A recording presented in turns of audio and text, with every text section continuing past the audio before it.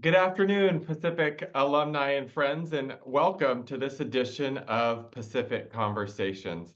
My name is Scott Biederman. I'm the Vice President for Development and Alumni Relations here at Pacific, and a proud double tiger. Joining us today is one of our great emeriti faculty, as well as leaders here at Pacific, Dr. Linda Webster, who dedicated, decades, right? Linda, decades of service at Pacific in our Gladys Bennard School of Education and now Bennard College as a faculty member, a department chair, and an interim dean, actually a couple of times. Linda could talk about that. And she's been one of our strongest leaders within that school, and we're happy to have her here. She's been recognized for her leadership and service to the university multiple times now. She has received our Order of Pacific, which is the highest recognition that a faculty member could receive that is bestowed on her by our Board of Regents. And this October at Homecoming and Family Weekend, which is October 11th through 13th, our Pacific Alumni Association will honor her with a Faculty Mentor Award. So Linda Webster, welcome to Pacific Conversations. Thanks for having me. And Linda, in full disclosure, was one of my faculty members when I was a graduate student and had to put up with me through a dissertation process. And Linda, you were on my dissertation committee, right? Yep. Yeah, Yep. see, she's trying to forget about it, but Yeah. she was. It's No, no, not very, going to very forget that. helpful. Yeah. Yeah. Very And you helpful. you had Nature and Conditions of Learning with me. I did. I Yeah. did. And I think I did okay in that class. Yeah. Yeah. Linda, we're going to start off just really having our alumni and friends learn a little bit more about you as a person, right? We know you as a faculty member, which we'll delve into, and as a leader, but tell us a little bit about yourself. Where'd you grow up? What institutions have you taught at? What's your area of expertise? And as only a development officer can, like me, ask you a lot of questions in one, why did you choose to come to Pacific? Whoa. I'll try to keep it short, but professors, they start talking and it's like I can't stop until at least 50 minutes. So Well, I'm here you might to have to interrupt curtail. me, but Yes.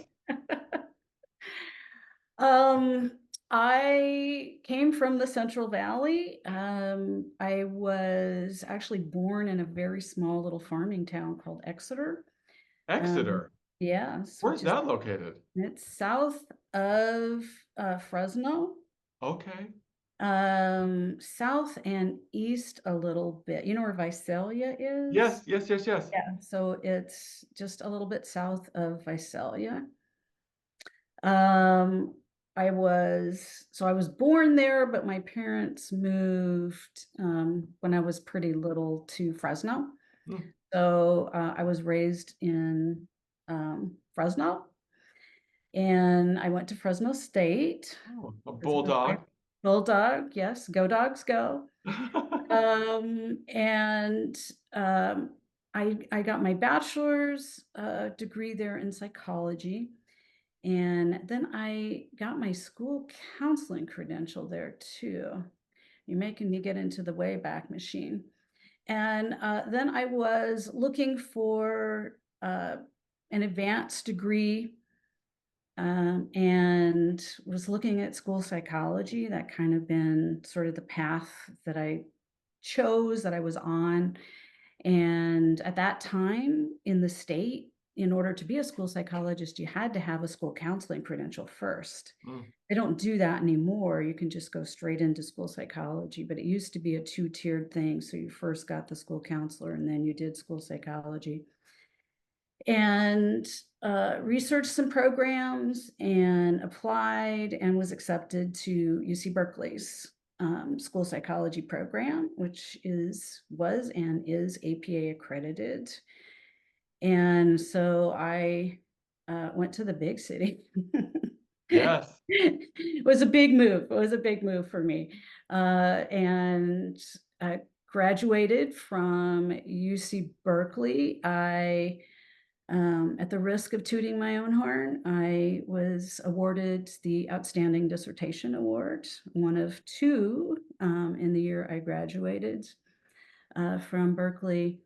And then I stayed up here in the more northern part of the state, and I went to work for Contra Costa County Mental Health, their children and adolescent, outpatient services.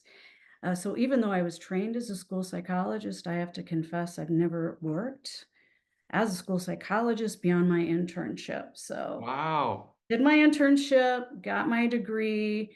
I decided I wanted to get licensed to practice because I don't close doors. If there's a door open, I'm gonna go through it. I'm gonna do everything because that's just me.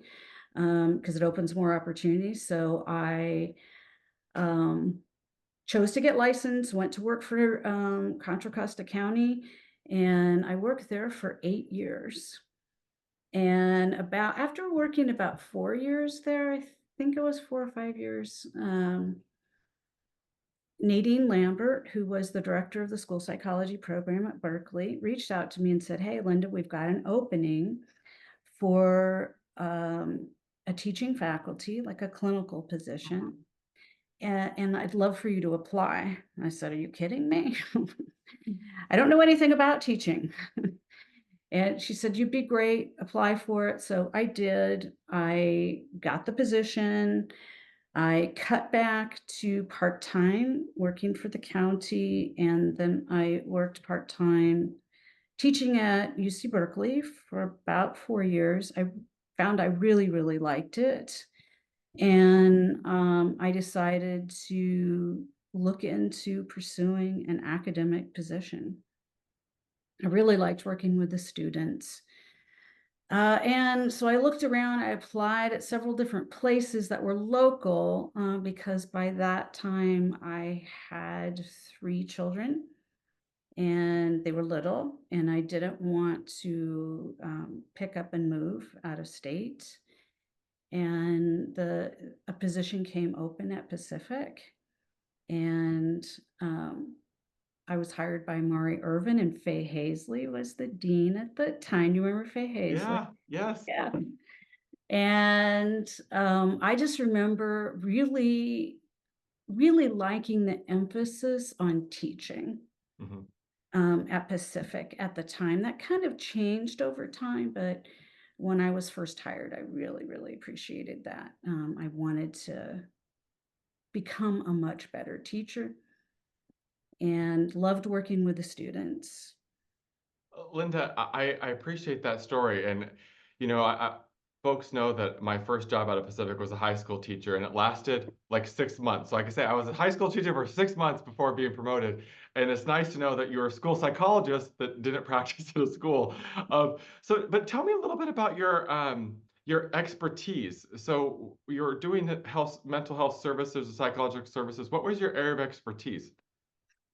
So, that's a really excellent question because when I worked for the county, I worked with a very large number of foster children and children who had experienced maltreatment in some form. So, physical abuse, sexual abuse, um, Mm, and oftentimes together, and then neglect, which is sort of the biggest proportion of children in the maltreatment categories is neglect. And they I learned so much from them, but they were an interesting puzzle to me. I wondered, like, why are they the way they are? They've been removed from an abusive situation. They've been placed with parents who want to provide them with a nurturing, caring home, and yet they acted out in such ways as to get themselves rejected. mm, Anyway, it was they were fascinating to me. So I really started to research more into why are these kids the way they are in mm, order to be able to help them a little bit better. And that led me to go a couple of different times to the Child Development Institute in at the University of Minnesota. And I got I became very interested in attachment theory a la Mm, Bowlby and Mary Ainsworth, and I got trained on the strange situation. And then I also got connected with Carol George and Judith Solomon at Mills College. And I got trained on the doll play, and then they have an attachment projective that I got trained on. And these are heavy duty, heavy lifting measures. mhm. You have to take you have to do the training, and then you have to take a reliability test on a number of cases. I think I did 80 cases for the attachment projective, and I did 50 for the doll play. But anyway, I got trained on those. I felt like that gave me a really solid foundation for understanding why these kids were the way that they were.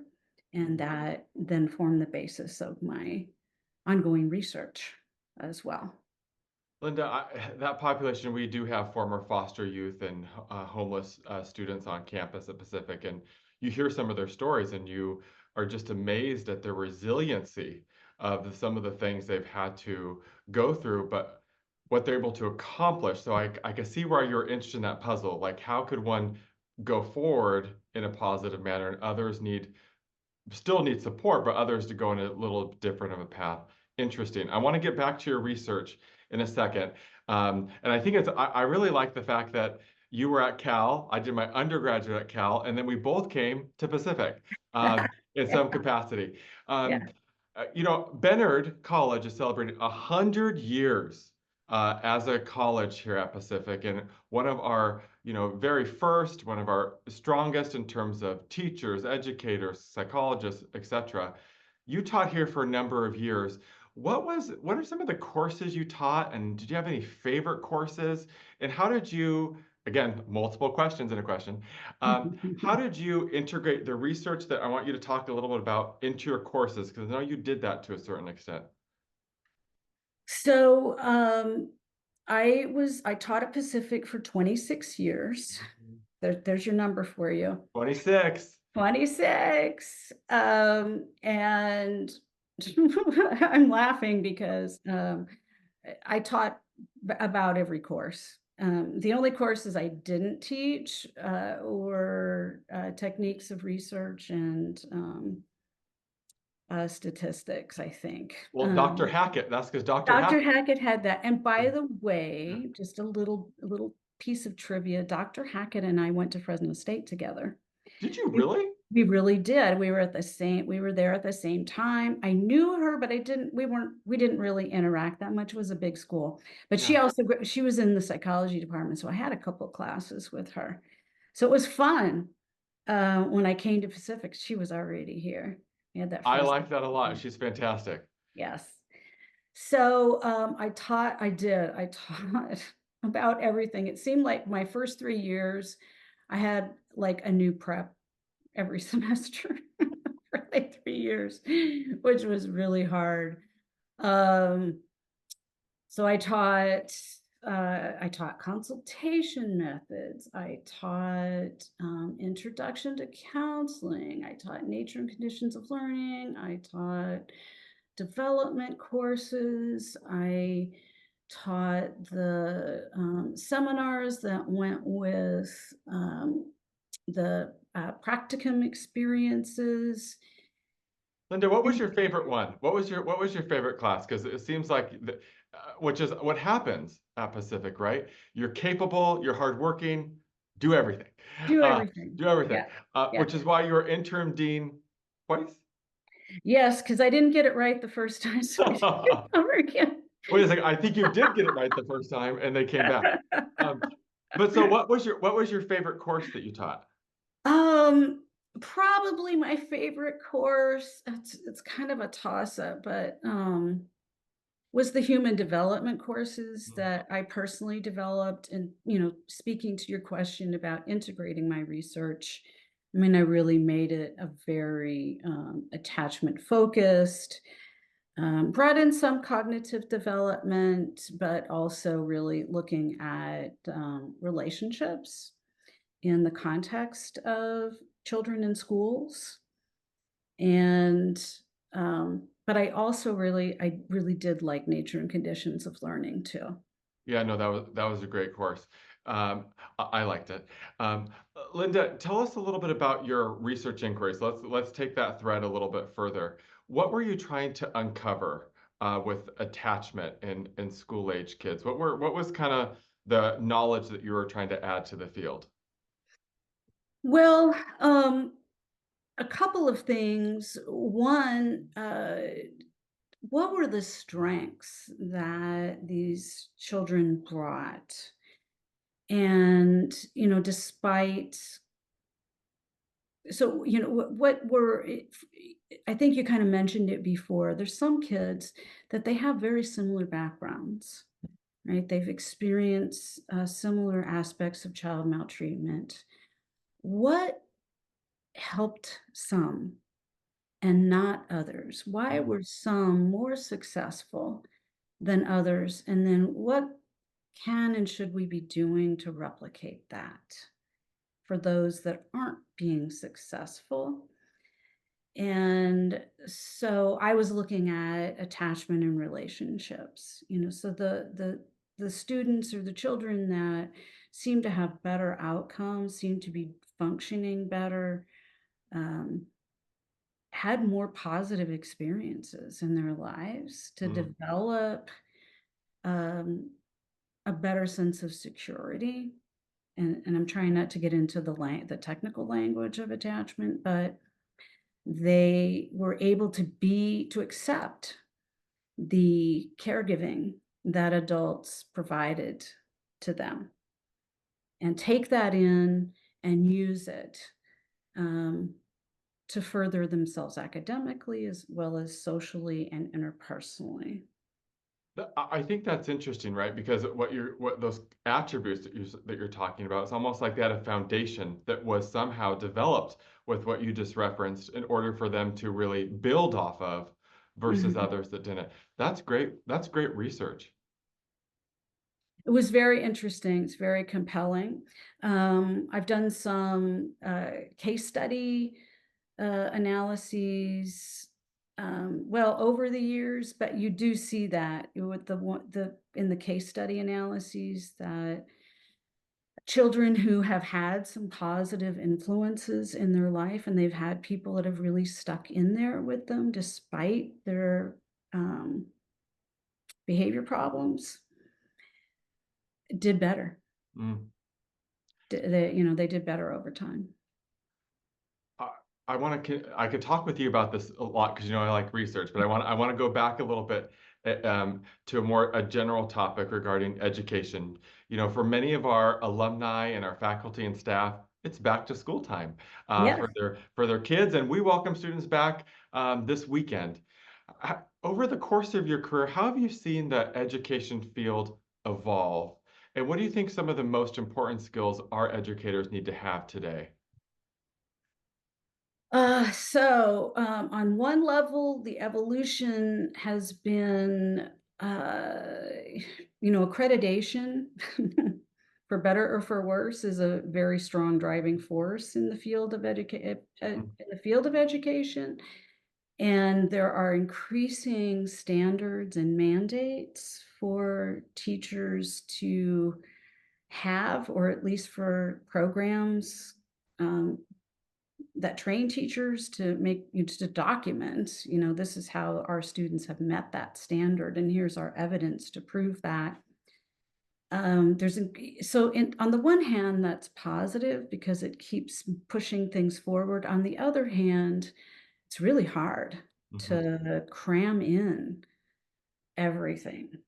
They're always adding in things. So then you have to add something in. So an example is when I was there, and the year or two before I left, we had our CTC accreditation cycle It was during the pandemic, so it was completely online. Oh, But, in the previous iteration, we had to add something about teaching, self-esteem. mm, We had to add, and that was, we had to add that in school psychology. So we had school psychologists had to take a self-esteem measure. We had to talk about self-esteem, teaching self-esteem, in the field of education for teacher prep programs. We had to add something on trauma, which was fine. That was right up my alley. I was happy to do that. We also had to add something um, on what's the word? Um, implicit biases oh, okay. and teaching students about implicit bias, which I didn't have a problem with that. I think that's really an important area for teachers.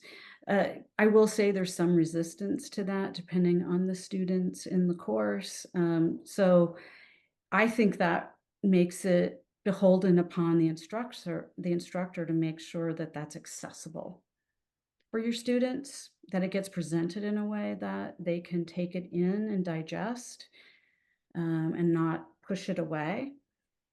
Um, Linda, so just tho oh no, as you're adding, talking about all the things that are added to teacher prep, right, in order for us to be successful in the classroom, you continuously hear, in the headlines, teacher shortages, right? We don't have enough teachers in the state of California, maybe in a specific discipline like special education. Why do you think those shortages occur, and how can we as a school, this is just me coming off the cuff, how could we be responsive towards those type of shortages? Because again, all the things you just referenced are being additive of what a teacher already has to do in a classroom, which is already a lot. So, what are your thoughts about these shortages we read about? so I have a couple of thoughts. Yep. There's sort of 2 lines, and one has been there for a while, and one has been, the trajectory of, attrition in the field of teachers, which it's been there. Teachers go into the field, and within the first 3 years, I think it is 3 to 5 years, 30% of those newly minted teachers say, "This is not for me." I suspect that has to do with behavior Mm, problems, that teachers haven't been prepared to manage behavior problems, and they are not getting the supports that they need as newly minted teachers. I think there have been programs that have been put in place for mentoring new teachers, but I don't know how really effective those programs have been, or whether they're seen by teachers. I'm just being honest, mhm. as sort of an additional thing I have to do in my first couple of years to clear my credential, right?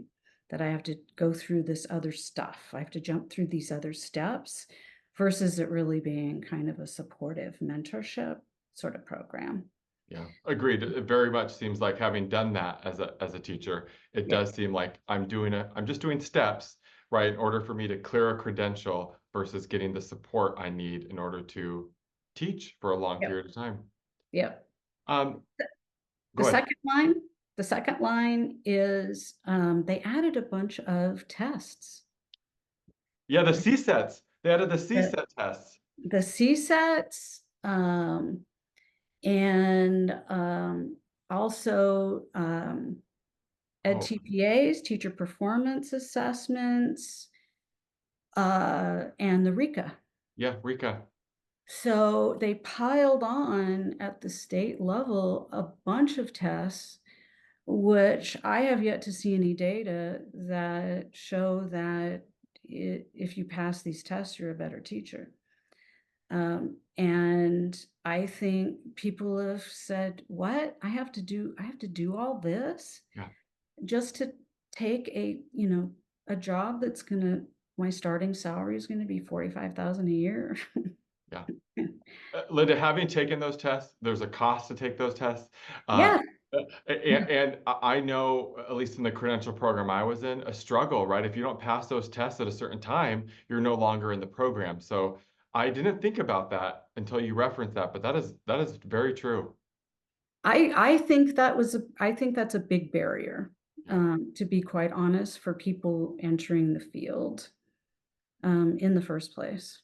And there's some people that just, don't. they just don't.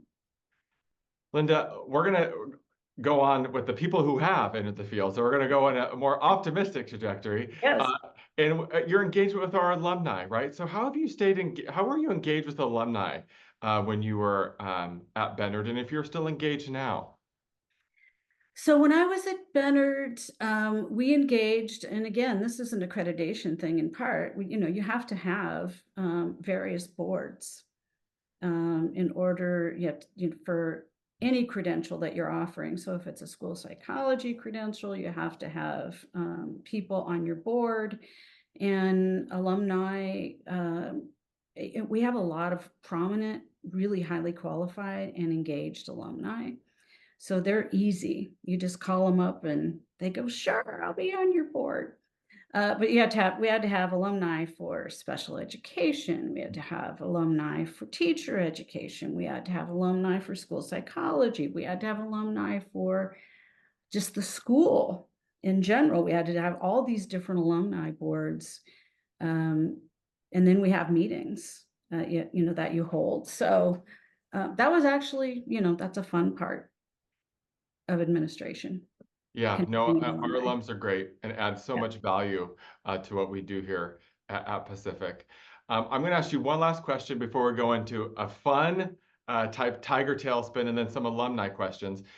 Linda, you referenced 26 years at Pacific. What is something that you're most proud of that you accomplished during that time? Uh, well, can I say three things? Yes, yes, you can. There's no rules here. So one of my big accomplishments, it's not the most, but I am proud of it, is getting NASP approval for the school psychology program. So NASP stands for the National Association of School Psychologists, and we've had that for several years now, and it was not easy Mhm. to get that approval.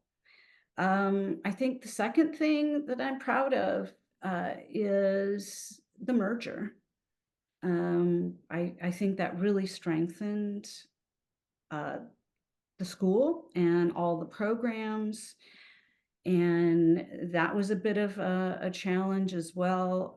But probably the thing that I'm most proud of is the WASP sub change that we did, that I wrote um, for going over the 50% mark and online Oh, teaching. Bennard was one of the first three at the university level to get approval. And once you have those three approvals from WASC, then all the rest of them, any other programs, are a matter of filing paperwork. It's pretty easy to do. oh, But really? those first ones are a huge, huge heavy lift. It was, I can't even tell you how how hard it was. Well, Linda, and I didn't know that, but it does make sense that the first ones are to get that approval because WASC is very much show us success, right? And then Mhm. we could see what we could do. But that has totally laid the foundation for us to have, now we're launching three new all online programs in cybersecurity, in Mhm. MBA, and in business law. And so you helped do all of that. Yeah. Come to find out at the beginning. Well, those are great accomplishments, and we're going to talk about one of them because I know an alum has a question related to one of those. But we're gonna transition to our tiger tailspin, which is just fast questions to really learn more about you as a person, Linda. Okay. So tell us, what is your favorite food? Mexican food, carnitas. Oh, carnitas. Yes. Oh, I good. love carnitas. Yeah. Carnitas, yes. We should make a note of that for that. Well, it's a brunch during homecoming and family weekend to have carnitas for you in some I capacity. have many, many favorite foods. Okay, okay, so we can't go wrong, is what I'm hearing. Um, Yeah. Tell us what is your favorite color? Blue. Blue. Very much probably because it's calming. It's a calming color. Maybe? Maybe. Yeah. I don't even know why. I mean, I could say black too, which is favorite. Black is a power color. Well, and it's our colors, orange and black. Yes, That's a good yes, answer. yes. Orange and black. Your favorite musician? Nora Jones. Right now, I have many favorites and they change over They time. change. Nora Yeah. Jones. Okay, but again, a calming singer. So let's follow the um, calming theme. And what is your favorite place on campus? My favorite place on campus was my office, to believe it or not. It's your refuge. You could close the door. I never closed my door. Okay. I had an open door policy, and unless I was meeting with somebody that I needed to close the door for, I always had my door open. But my office was the Harry Potter under the stairs office in Bennett College, and it was just it just had a really nice vibe and atmosphere. It had natural lighting. That was my favorite place. You know that school, since it was right, wasn't that the Stockton College's former library? Yes. It's a Yes. you're right. There's some interesting spaces in there that you're like, why is this here? But you're like, oh, it was a library Yep. um, at Yep. one time. Yeah, no, that's great. Your office is your favorite. Great. So we learned Mexican food, blue or black, which is we like for a tiger perspective, as well as Nora Jones and your office. Yep. Um, so Linda, one of the most common questions we get from alumni when we do these conversations, especially with the Maritime faculty, is what are you doing in retirement? So what is filling your day, Linda? So, because I'm a workaholic, I went back to one of my first loves, which is I'm a psychologist. I see clients. I'm working part-time.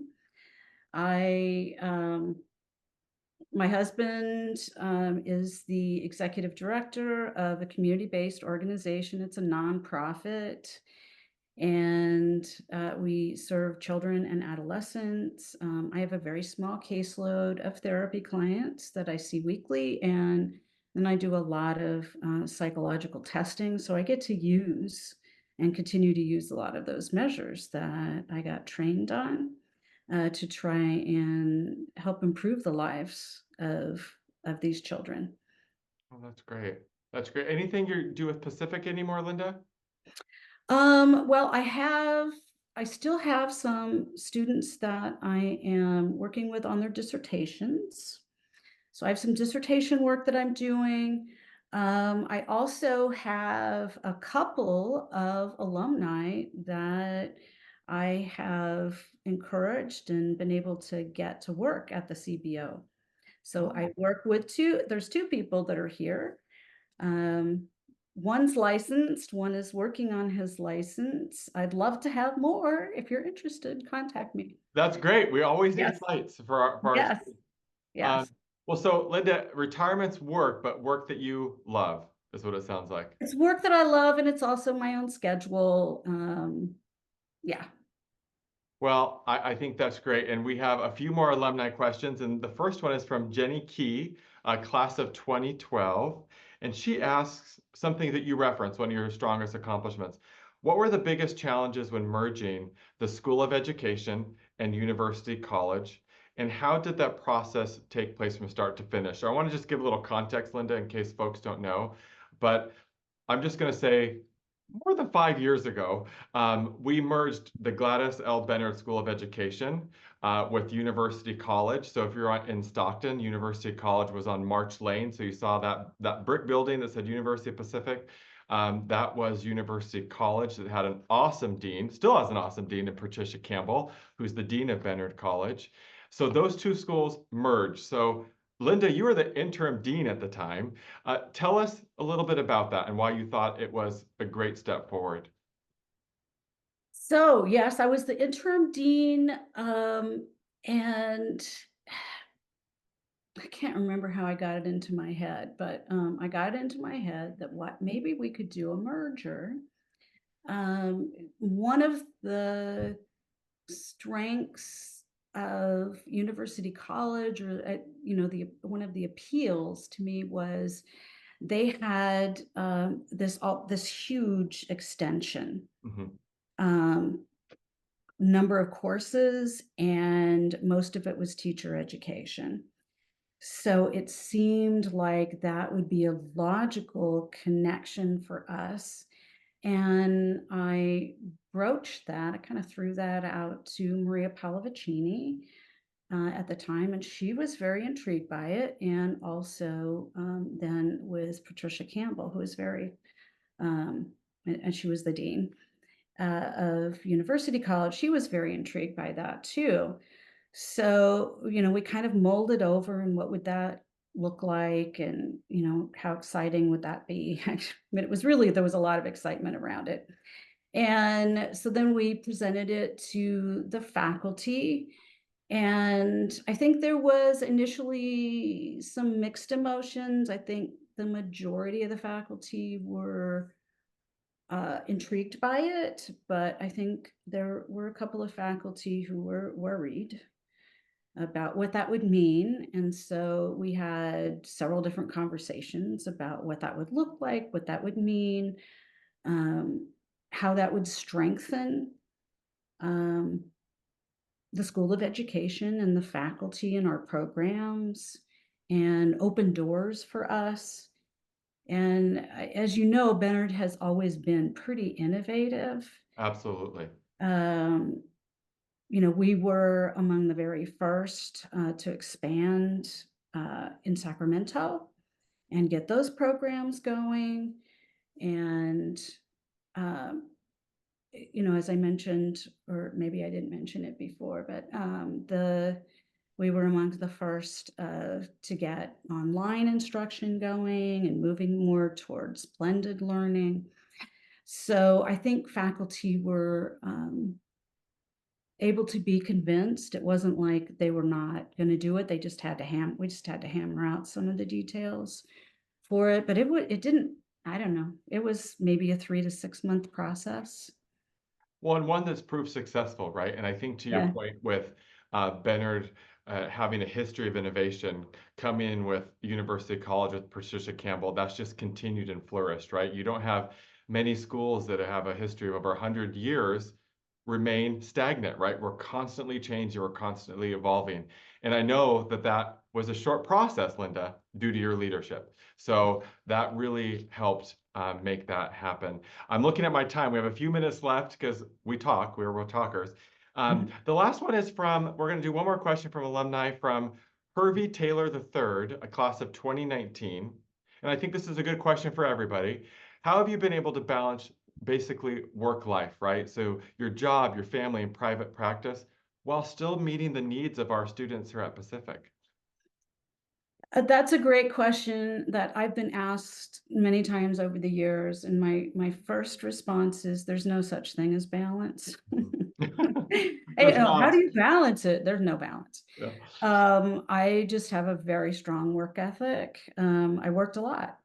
I'm an efficient worker. I don't spin my wheels. I see what needs to be done and I go to do it.